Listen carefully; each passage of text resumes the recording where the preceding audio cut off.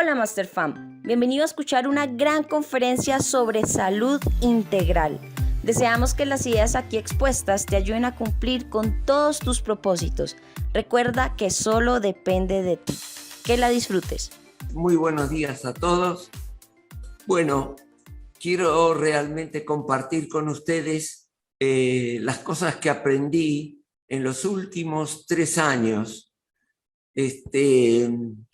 Quizás un poquito menos antes de que nos cayera la pandemia y la cuarentena. Y la verdad es que yo tuve la oportunidad de anotarme a una serie de charlas que dio en su momento una politóloga argentina llamada Inés Castro Almeida, que desarrolló el tema de la longevidad. Y por curiosidad yo me anoté. En el curso de esas charlas, Inés dijo por primera vez, o mejor dicho, yo escuché por primera vez las palabras de zonas azules, que eran los lugares donde se acumula la mayor concentración de longevos. Entonces, bueno, me fui a mi casa y hice lo que cualquiera de nosotros hubiera hecho, entrar en Google, poner zonas azules y ver qué pasaba. Resulta que ahí lo primero que surge es el nombre de un norteamericano que se llama Dan Buettner, que nació en el estado de Minnesota, que desde chico era un fanático de la bicicleta, le encantaba andar en bicicleta, hasta tal punto que recorrió América entera, desde Alaska hasta Tierra del Fuego, y a partir de ahí publicó un libro que tuvo mucho éxito. Entonces decidió repetirlo y atravesó toda la Unión Soviética en aquella oportunidad, cuando era Unión Soviética, y también publicó un libro y se repitió. Y por último hizo lo mismo con África, pero con la diferencia de que como fue el primer ciclista que atravesó el desierto de Sahara sin ninguna ayuda y en bicicleta, entró en el libro de Guinness. Finalmente,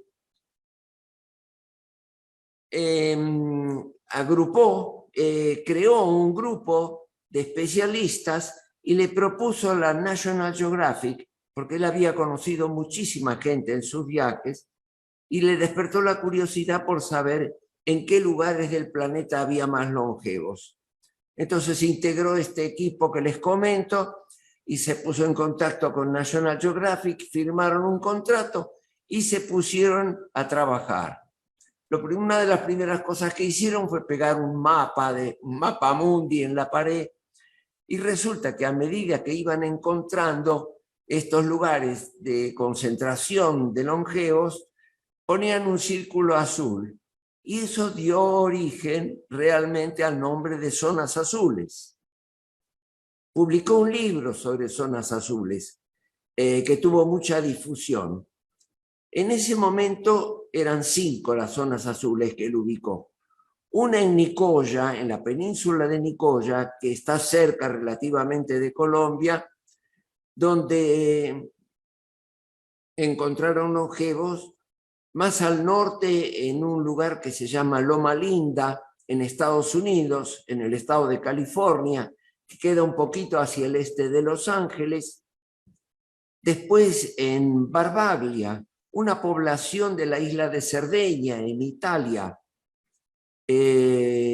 Después en una isla griega que se llama Icaria, que está en el mar Mediterráneo, cerca de Turquía.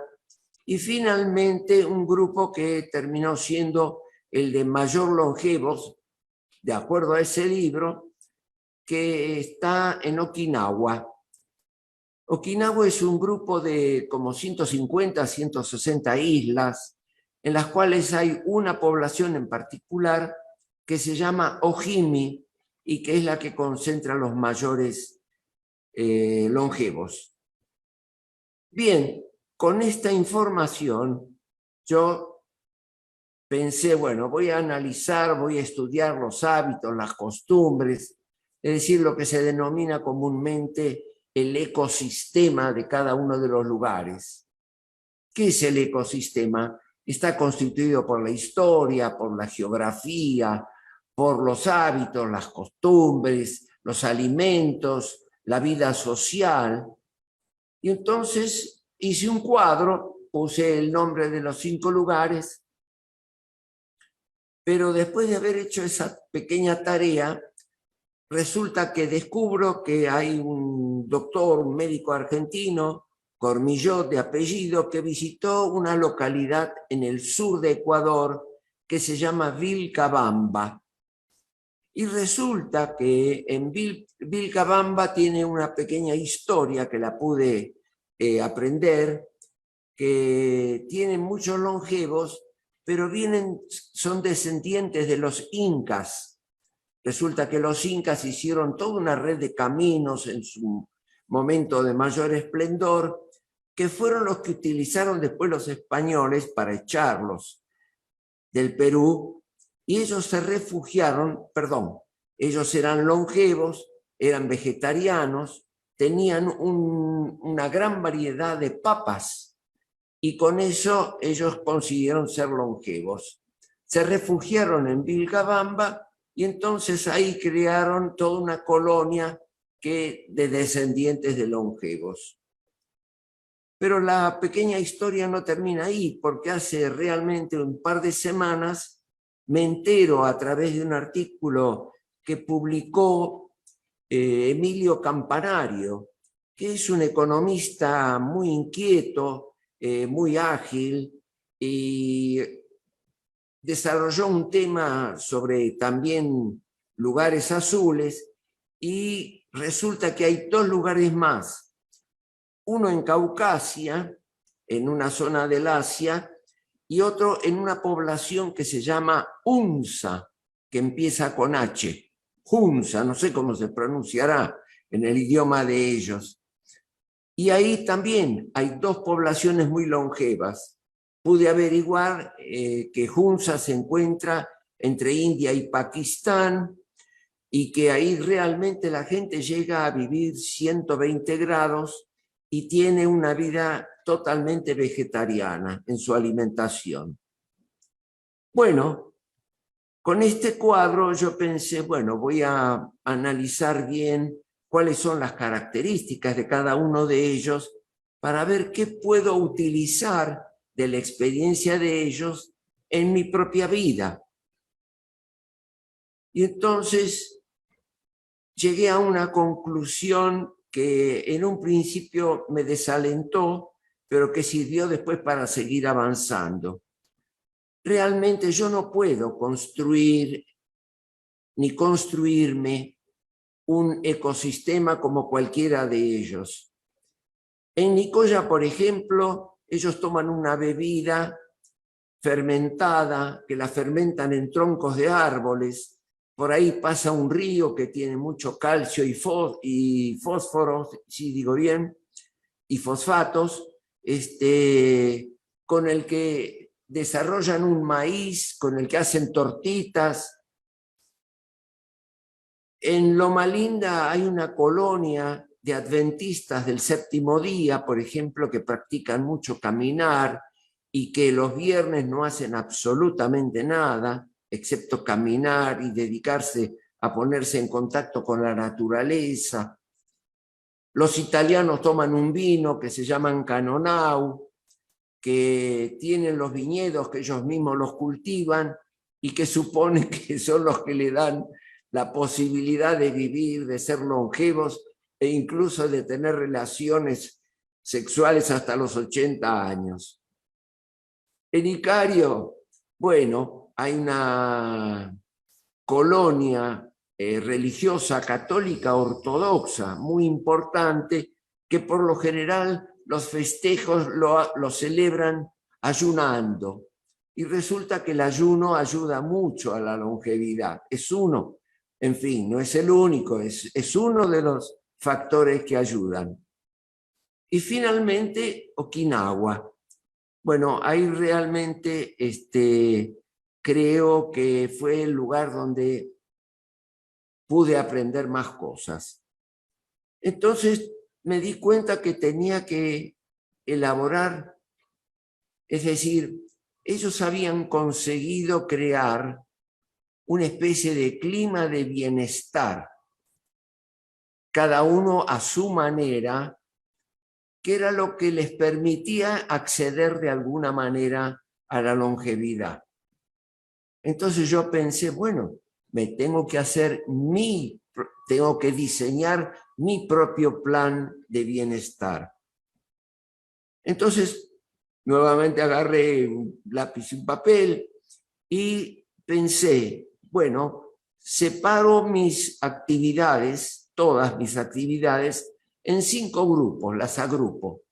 Y entonces, la alimentación, los ejercicios físicos o los movimientos, la salud, el trabajo, o sea, la actividad intelectual de cada uno, y por último, mi vínculo, mi red social. Y entonces pensé, bueno, yo tengo que llenar este pequeño cuestionario que me hago, pero tengo que ser completamente sincero conmigo mismo. Tengo que poner las cosas que yo pienso que me hacen a mí bien. Les doy un simple ejemplo que arranco con el tema de la alimentación. Acá hay un basquetbolista que se llama Pedro Sánchez, que es muy conocido, que ha creado un instituto en la ciudad de Bahía Blanca, donde desarrolla a jóvenes que después pueden ser candidatos a jugar en la NBA de los Estados Unidos. Un día la mujer lo llamó, dijo, vení Pedro, almorcemos. Y él pensó en su fuero íntimo, yo realmente no tengo ganas de comer ahora. Yo voy a esperar a tener hambre para comer. Y resulta que esperando tener hambre se dio cuenta que él necesita comer una sola vez por día. Es un hombre que desarrolla una actividad física muy intensa y bueno, y además pensó que con eso a él le alcanzaba y desde ese momento tomó esa decisión. ¿Qué quiero traer con este pequeño ejemplo? Es decir, no es cuestión de que yo me ponga también a comer una vez por día, porque Pepe Sánchez lo hace. Yo tengo que buscar mi propio biorritmo de alimentación. Bueno, entonces hablando, no me voy a extender realmente mucho en alimentación, porque desde el tema del COVID, la gente ha tomado mucha más conciencia de las cosas que puede comer, que les hace bien, que no les hace bien. Lo clásico es pensar en comer muchas frutas, muchas verduras, tratar de no comer carne, que son ya clásicos, es decir, ya la mayor parte de la gente lo sabe muy bien eso y no necesita mayores recomendaciones. Sí, tomé de los japoneses una cosa que es de lo más simpática y es lo siguiente.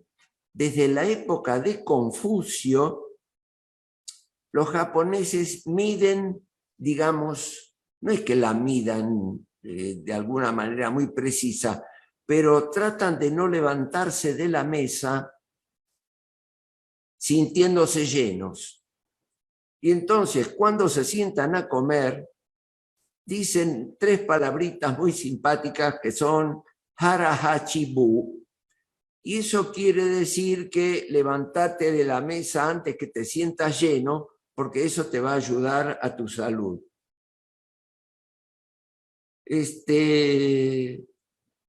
Bueno, está bien. Con eso creo que es suficiente. Con respecto a la actividad física, es curioso, pero en ninguna de las zonas azules practican ejercicios. Es decir, la actividad física está de alguna manera incorporada a la vida. Hay algunos que caminan mucho, hay otros que tienen que subir y bajar cerros, como en Barbaglia, en la isla de Cerdeña. Y esa actividad física es lo que les mantiene bien. Pero nosotros podemos elegir también una actividad física. Podemos caminar, podemos ir en bicicleta, podemos jugar al fútbol, podemos jugar al básquet, podemos jugar al vóley. Es decir, lo importante es que cada uno elija la actividad con la que se siente más afín.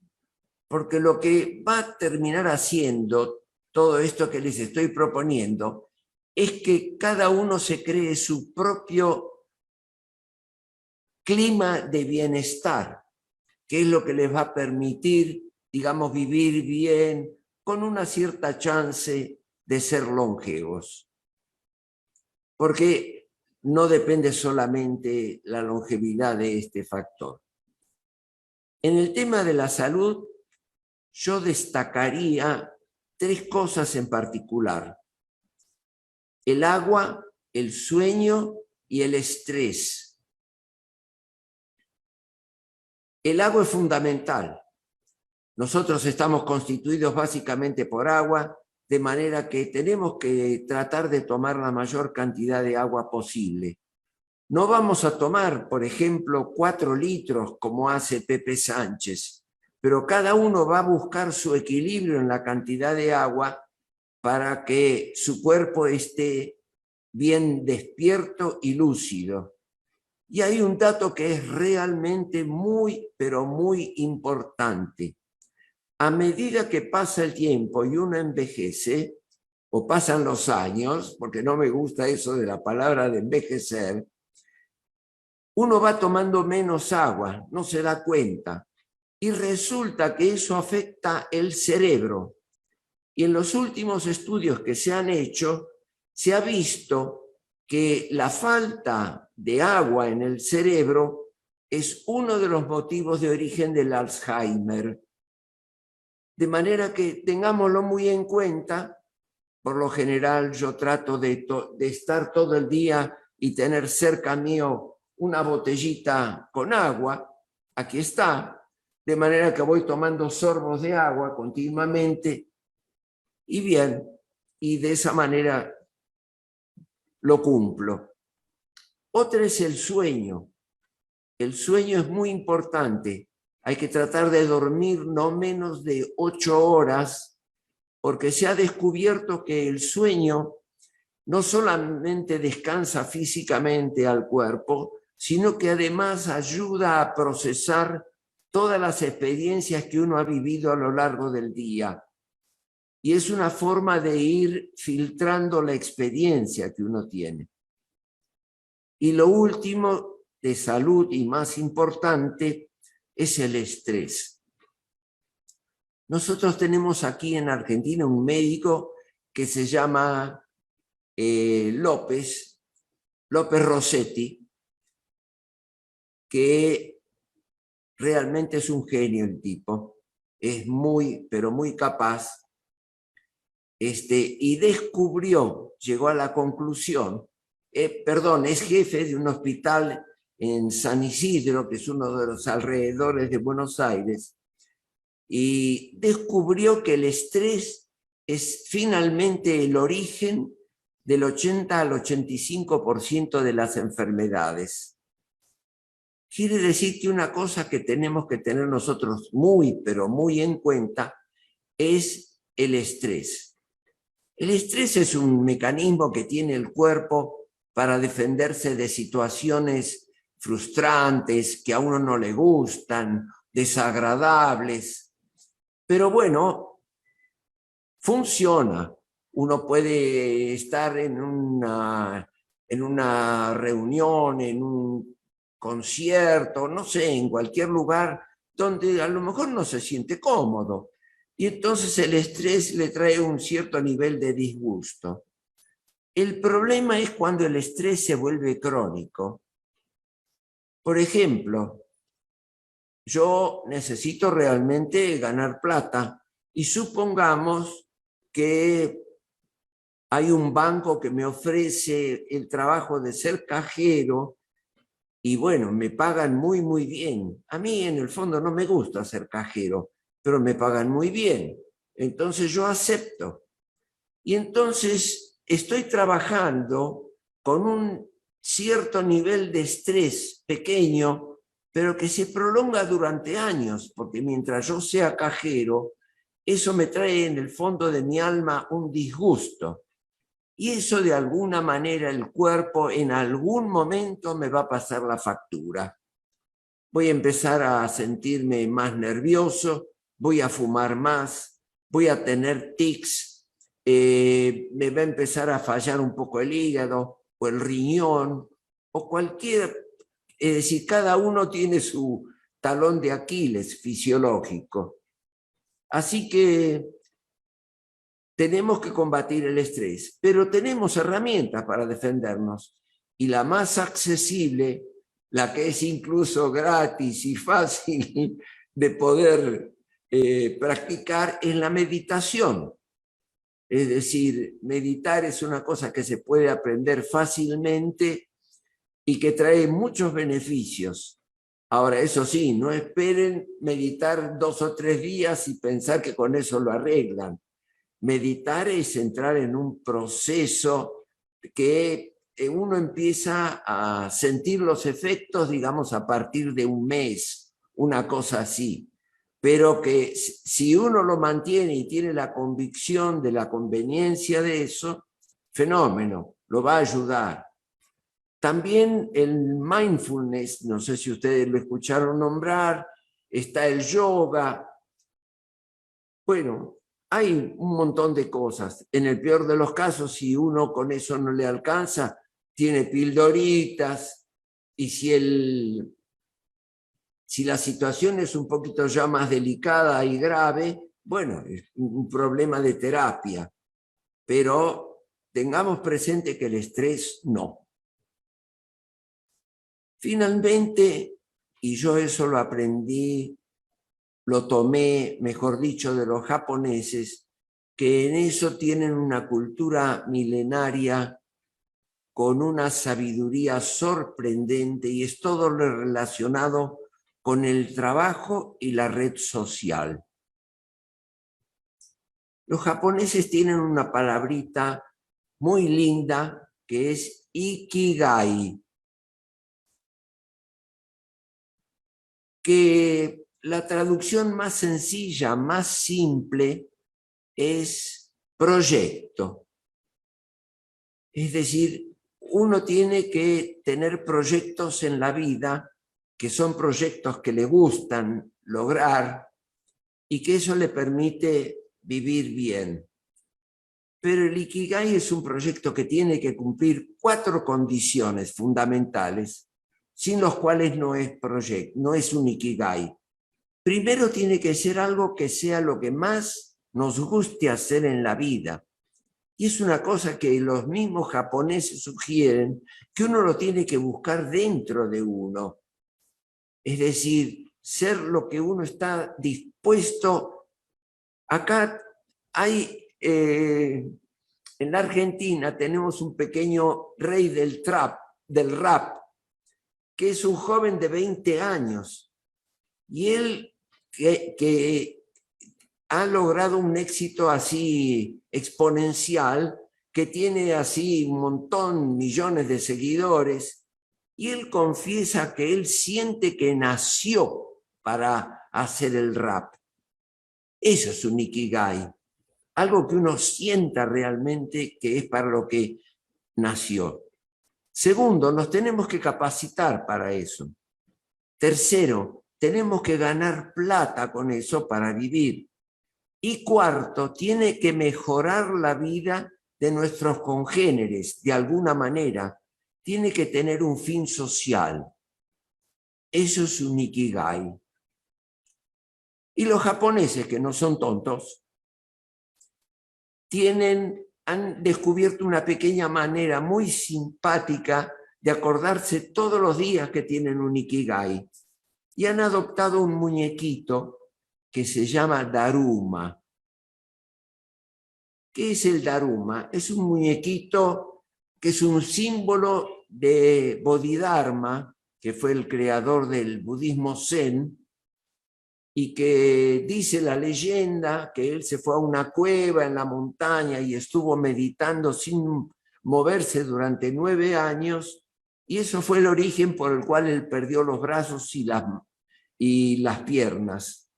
Y entonces es un muñequito, en Japón se fabrican por millones, y uno los puede comprar desde muy chiquititos hasta grandes, hasta cerca de 1 metro de altura. Uno puede comprar 1, 2 o los que quiera en función de los proyectos que piense concretar. Pero, ojo, cuando uno los compra, el Daruma no tiene ojos pintados. No le pintaron los ojos. Entonces, ¿qué hay que hacer?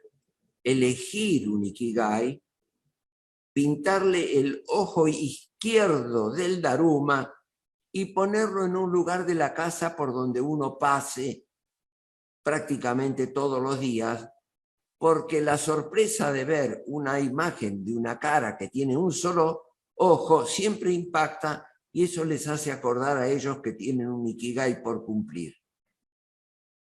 Ojo, no hay que decir, no hay que compartir con nadie el secreto del proyecto de uno. Yo estoy hablando de cómo funcionan los japoneses. Y cuando ustedes han alcanzado a concretar el proyecto que se habían propuesto, tienen que hacer una cosa muy curiosa. Tienen que pintarle el otro ojo, poner unas maderitas y quemarlo. Porque los japoneses sostienen que los humos van a llegar hasta el cielo en agradecimiento a los dioses por haberles permitido alcanzar su proyecto. Es una cosa hasta poética. Todos los que van a Ojimi, que es la población, sostienen que uno tiene que tener 2 cosas para intentar ser longevo. Este Ikigai y también pertenecer a un Moai. ¿Qué es el Moai? El Moai es el que cumple las funciones de la red social, de los amigos, de la familia, de los conocidos, que era el famoso 5º grupo en el que yo dividí mis actividades. Las madres de Ojimi toman a sus chicos de 5, 6, 7, 8 años, cuando son muy chiquitos, y tratan que espontáneamente se reúnan en grupos de así pequeños por afinidad, y que son grupos que se van a mantener a lo largo de mucho tiempo.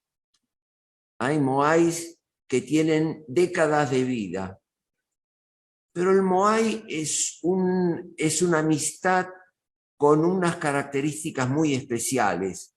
Es un vínculo en donde se comparten todas las cosas, se comparten vivencias, se comparten ideas, se comparten se ayudan en las enfermedades.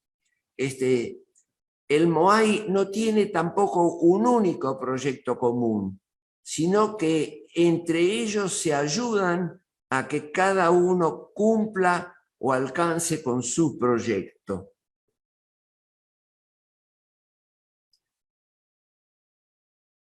Y entonces en Ojimi hay un médico muy simpático, no sé si aún vive, que se llama Suzuki, que es un escritor además, que era el que cuidaba a los longevos, y él sostiene que el ADN de cada uno de nosotros influye en un 30% en las posibilidades de longevidad. Es decir, es una pequeña lotería. El que tiene la suerte de haber heredado un ADN de esas características bueno, tienes más chance de ser longevos. Y hay otro dato que es una curiosidad. De 100 longevos que hay en Japón, 90 son mujeres y 10 son hombres. Y esto parecería ser una cosa realmente muy curiosa que no tendría eventualmente explicación. Pero lo cierto es que la tiene, porque curiosamente en los últimos años se ha desarrollado una nueva corriente de terapia psicoanalítica que se llama Relational Therapy. Y ellos sostienen que el inconsciente, que es el que supuestamente maneja todas nuestras actividades, está integrado por dos tipos de elementos.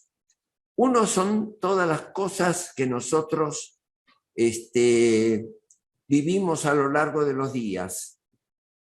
Y otro elemento es los vínculos que nosotros tenemos en la vida. ¿Con quién nos relacionamos? ¿Qué tipo de amigos? ¿Qué tipo de mujer? ¿Qué tipo de hijos? En fin. Y eso termina siendo más importante que las vivencias de las experiencias cotidianas. ¿Y qué pasa? Que las mujeres tienen una cualidad o característica muy distinta a la de los hombres. Las mujeres transmiten mucho más fácilmente sus sentimientos, sus emociones, son más intuitivas que los hombres. El hombre es el macho, el que tiene que proveer el dinero, el que no puede llorar, el que tiene que ser duro y fuerte. Y eso es todo un aspecto negativo, justamente. Y en esa diferencia, en esa capacidad que tienen de ser extrovertidas, más extrovertidas las mujeres que los hombres, se basa una de las condiciones también que facilitan la longevidad.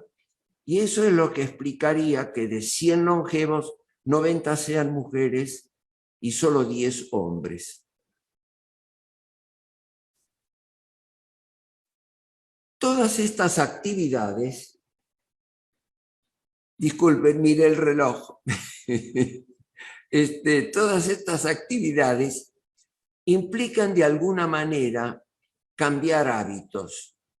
Porque, por ejemplo, hay personas, supongamos, que les gusta hacer un hermoso y riquísimo asado todos los fines de semana, juntarse con amigos, tomar vino,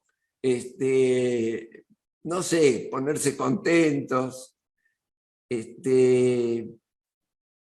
También hay gente que, por ejemplo, no le gusta, uno tendría que tomar agua solamente a lo largo de la vida. Bueno, en fin, son cosas que tenemos que ir teniendo en cuenta, es decir, tenemos que cambiar nuestros hábitos.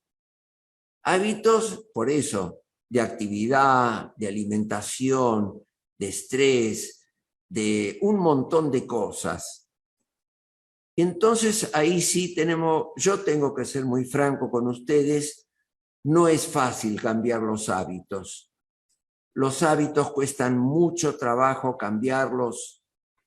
Uno se tiene que hacer un plan de bienestar, pero tiene que entender también que tiene que ir incorporando hábitos de a poco. No es cuestión de que yo me haga, es decir, como yo lo llamo, el diseño del plan de bienestar es una especie como de ikigai, es decir, a lo que nosotros tenemos que tender a lograr.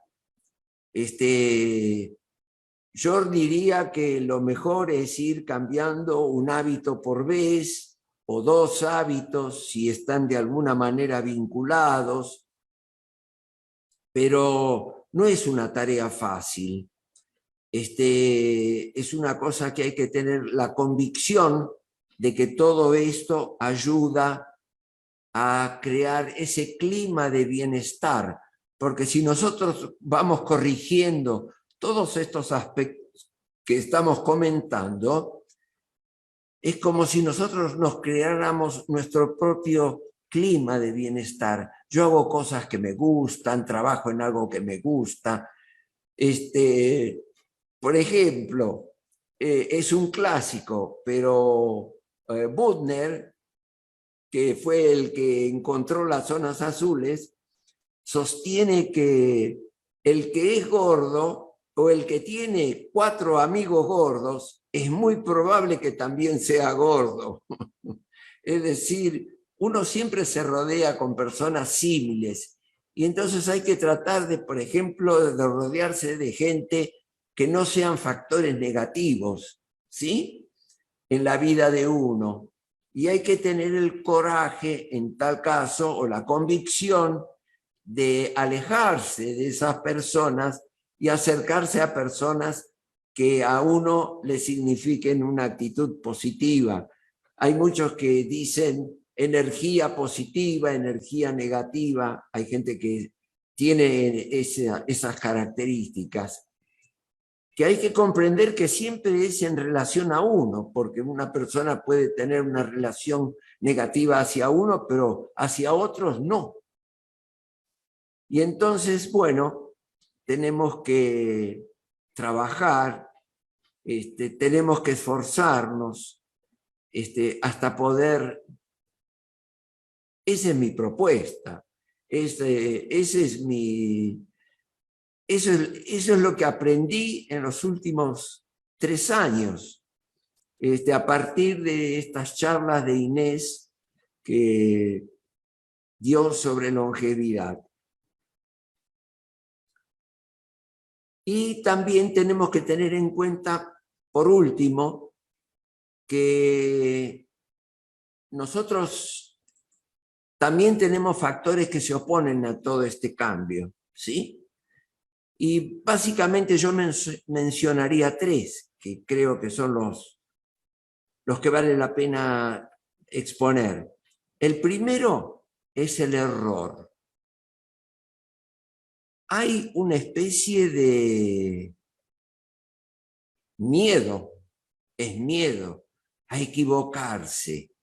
Y si me equivoco, y la verdad que el error yo creo que es una palabra media nefasta en nuestras vidas. El que no se equivoca no aprende. La ciencia tiene el mecanismo de prueba y error, prueba y error. Y la ciencia hace unos progresos exponenciales. Es decir, hay que equivocarse para encontrar el camino. No hay que tener el menor miedo, al contrario, tenemos que alentar a la gente a que se equivoque porque es la mejor manera de aprender. Uno saca enseñanza de los errores, no de los éxitos. Yo puedo tener éxito o puedo dar una charla muy linda, por ejemplo, hoy, supongamos, y yo no sé si aprendo. Es decir, yo sí me importa mucho que, por ejemplo, ustedes me hagan comentarios, me devuelvan el famoso, lo que llaman los norteamericanos, el feedback. Es decir, que me opinen, que me critiquen, que me digan, no, esa no es manera de exponer, vos hubieras podido decirlo de otra manera. Y eso a mí me enriquece. Y eso es importantísimo en la vida. El error hay que cambiarle el significado que tiene. No hay que tenerle miedo al error. Hay que aprender a atravesar el miedo. Yo tuve muchísimo miedo el día que di mi primera charla. No podía aguantar los nervios, pero aprendí un poco a aguantarlos, a sostenerlos y a arrancar a hablar. Después el tiempo.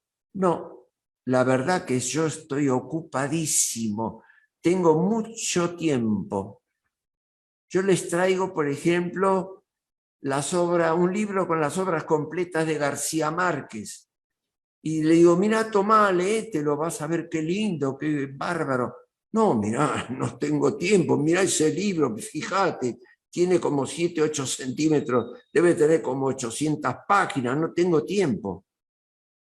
Y eso no es cierto, tenemos tiempo, porque si uno tiene cierta convicción, ¿sí?, se separa media hora después de cenar, al levantarse, uno busca y encuentra esa media hora en algún lugar del día que le resulte cómodo y lee media hora, lee 5 páginas, pero al día siguiente lee otras 5 páginas y al día siguiente otras 5 páginas. Y entonces resulta que después de un mes uno ha leído un montón de horas y no les digo nada si uno lo incorpora como un hábito y termina leyendo todos los días del año. Y entonces se lee media biblioteca. Es decir, es un tema de convicción, de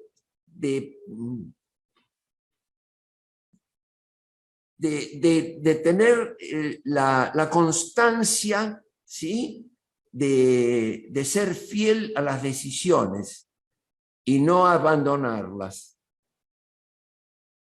Y por último, la edad. No, yo ya estoy viejo. No. Yo ya tengo 65 años y bueno, ya mis hijos se han ido, me he jubilado, he perdido bastante mi genitalidad. No, realmente ya la cosa no va. Y entonces uno se deja estar y es incapaz de renovarse. Y entonces yo les voy a terminar esta charla con una, no es anécdota, es la realidad de la naturaleza. El águila vive 60 años. Cuando tiene 30 años, su pico ya no es capaz de agarrar una presa, sus garras tampoco, las plumas están cargadas de polvo y tierra y están pesadas y han acumulado todo eso durante 30 años. El águila se va a morir. Y entonces, ¿qué hace? Va a una cueva de la montaña, con gran esfuerzo rompe el pico contra las rocas o contra alguna cosa dura, espera que le crezca un nuevo pico, con ese nuevo pico se arrancan las garras y las plumas y espera a que le vuelvan a crecer. Es un periodo de transición durísimo, espantoso, es el peor momento de la vida del águila. Pero cuando completó el proceso, sale volando y vive los mejores 30 años de su vida, sus otros segundos 30 años, porque acumuló la experiencia y tiene las garras jóvenes. Eso es lo que les quería contar.